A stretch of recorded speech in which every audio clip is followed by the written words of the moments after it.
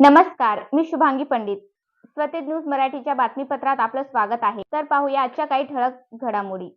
भारतीय किसान युनियनच्या वतीने बुधवारी दिनांक 5 ऑगस्ट 2026 रोजी सकाळी 11 वाजता शंकरराव चव्हाण सभागृह स्टेडियम नांदेड येथे भव्य शेतकरी मेळाव्याचे आयोजन करण्यात आले आहे. हा मेळावा भारतीय किसान युनियनचे नेते राकेश टिकैत यांच्या मार्गदर्शनाखाली होणार असून राकेश टिकैत हे कृषीप्रधान देशातील शेतकऱ्यांच्या हिताच्या दृष्टीने केंद्र सरकारच्या शेतीमाल व्यापार करार टॅरिफ ट्रेड डील धोरणामुळे भारतीय शेतकऱ्यांवर होणाऱ्या परिणामांवर सविस्तर मार्गदर्शन करणार असल्याची माहिती भारतीय किसान युनियन महाराष्ट्र प्रदेशच्या वतीने आयोजित पत्रकार परिषदेत देण्यात आली. या पत्रकार परिषदेला रामचंद्र एलवाड, शिवाजी पाटील पारवेकर, मोहन पाटील सिरसाट उमरेकर, नांदेडचे जिल्हाध्यक्ष शिवकुमार देवकत्ते, जयवंतराव रुंजे, जगदीश जाधव आदींची उपस्थिती होती. तर चला पाहूया याविषयीचा स्वतेज न्यूजचा हा रिपोर्ट.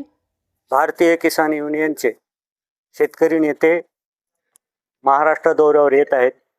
राकेश टिकैत साहेब आणि नांदेड जिल्ह्यातील जो 5 ऑगस्टला जो दौरा आहे ते नांदेड जिल्ह्यातील सर्व शेतकरी बंधूंना अमेरिकेसोबत जे करार झाला आहे तो टेरिफचा विषय संदर्भ शेतकऱ्यांना सांगण्यासाठी, पण कृषीप्रधान देशातील ह्या व्यवस्थेला बुडीत काढण्याचं काम ह्या देशातल्या सरकारने जाणीवपूर्वक केलेलं आहे.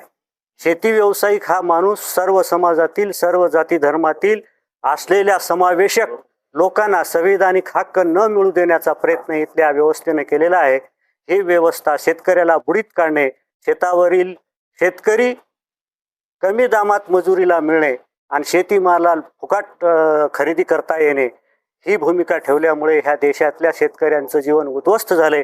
ग्रामीण भाग हा ओस पडलाय.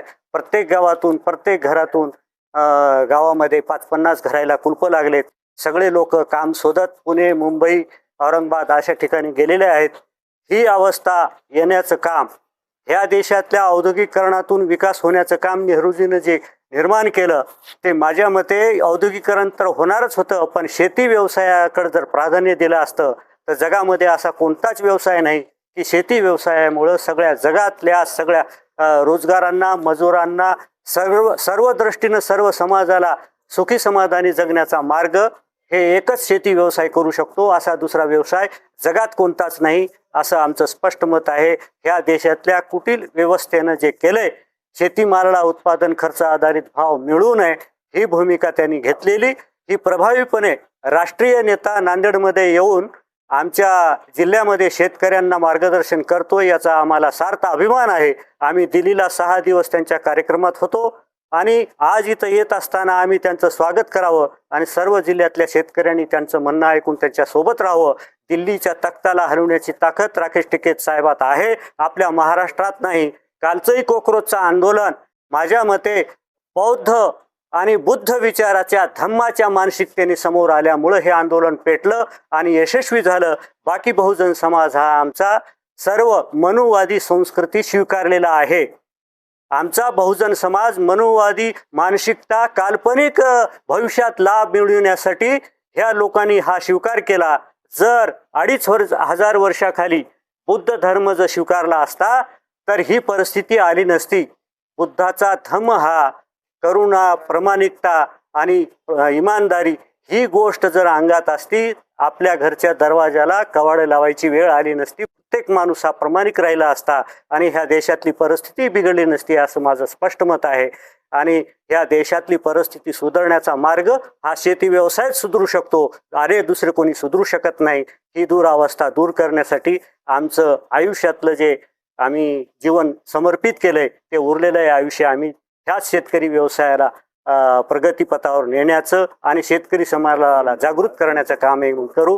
ही पत्रकार परिषद भारतीय किसान युनियनचे राष्ट्रीय नेते राकेश टिकैत साहेब आपल्या जिल्ह्यामध्ये 5 ऑगस्ट 26 रोजी येत आहे आणि शेतकरी मेळाव्याला ते मार्गदर्शन करणार आहेत की जो अमेरिकेसोबत आपला करार झाला, भारतीय शेतीमाल आयात आणि निर्यातच्या बाबतीमध्ये तो शेतकरी विरोधी आहे का शेतकरी हिताचा आहे हे सांगण्यासाठी राकेश टिकैत साहेब आपल्या नांदेडमध्ये 5 ऑगस्ट रोजी शंकरराव चव्हाण सभागृहामध्ये सकाळी 11 वाजता कार्यक्रम आहे. त्यावेळी ते उपस्थित राहणार आहेत आणि मार्गदर्शन करणार आहेत.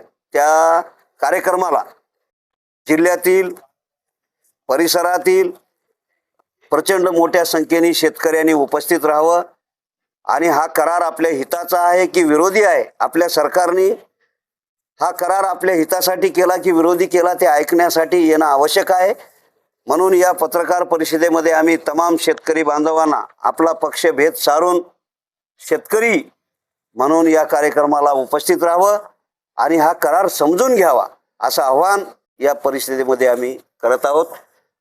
या पत्रकार परिषदेला ज्येष्ठ नेते आमचे शिवाजी पाटील पारवेकर, मोहन पाटील शिरसाट, आमचे शिवकांत कुमार देवकते, जयवंत रुंजे, जगदीश पाटील आणि असंख्य आमचे जुने शेतकरी या दिवसाकडे वाट बघत आहेत. आमचे फोनवरती बोलणी चालू आहे. आपल्या माध्यमातून सगळ्या मीडियाच्या माध्यमातून हा मेसेज, हा निरोप शेतकऱ्यापर्यंत जास्तीत जास्त पोहोचावा. सरकार शेतकरी विरोधी आहे म्हणून ते मान्य करत नाही. आणि आता शेतकऱ्याचं भेव, जसं कॉकरोच पार्टीनं भेव दाखवलं असं शेतकरी जागा होत नाही खाडकन आपल्या प्रश्नावर. शेतकरी जर जागा झाला, नुसतं थुकलं तर वाहून जातील हे सगळे. हिम्मत काय आहे समजा शेतकऱ्याच्या विरोधात जायची? एवढी संख्याबळ आहे. अहो, शेतकऱ्यांनी जर आंदोलन केलं ना, एवढं सोपं आंदोलन आहे. आपल्या गावापासला रस्ता, आपल्या गावातले सगळे वाहनं रस्त्यावर आणून लॉक केले तर देश ठप्प होईल, देश बंद होईल. नांदेडला येता येणार नाही म्हणून रेल्वेत जाता येणार नाही, म्हणून विमानात जाता येणार नाही, तुमच्या टोल टॅक्सला गाडी जाणार नाही, पेट्रोलचा एक थेंब निघणार नाही आणि डिझेलचाही निघणार नाही. देशातली सगळी यंत्रणा एका दिवसात बंद होते. पण ती शेतकऱ्यांनी करायला पाहिजे. ते सरकार तर पाया पडत येईल, ईव्हीएम बी काढून टाकतो म्हणेल, घ्या बायलट म्हणेल. पण शेतकरी संघटित नसल्यामुळे आणि अज्ञान असल्यामुळे आणि बिचारा शेती करतो, त्याला देवाधर्मावरच आपला विश्वास, मग आज बरं होईल, उद्या बरं होईल, हे बियाणं लावल्यानं बरं होईल, ते लावल्यानं बरं होईल. आता परिस्थिती अशी आली की शेतकऱ्याच्या पोरांना बायको मिळत नाही म्हणून आत्महत्या करायची वेळ आली. याच्यापेक्षा वाईट स्थिती शेतकऱ्यांनी किती दिवस बघायची? आपल्याला असलेला हक्क आणि अधिकार, जगाचा पोशिंदा आज मरतोय, आत्महत्या करतोय. खरं तर आमचं म्हणणं आहे, अरे पोशिंद्याला पोसा, तो जगाला आपोआप पोषेल. त्याला मारून काय मिळणार आहे तुम्हाला? पण नाही, इथं उलट आहे. लूटने वाला खाएगा, कमाने वाला मर जाएगा. काम करे करीम साहब, अंडा खाए चांद साहब, ही परिस्थिती या देशात आहे.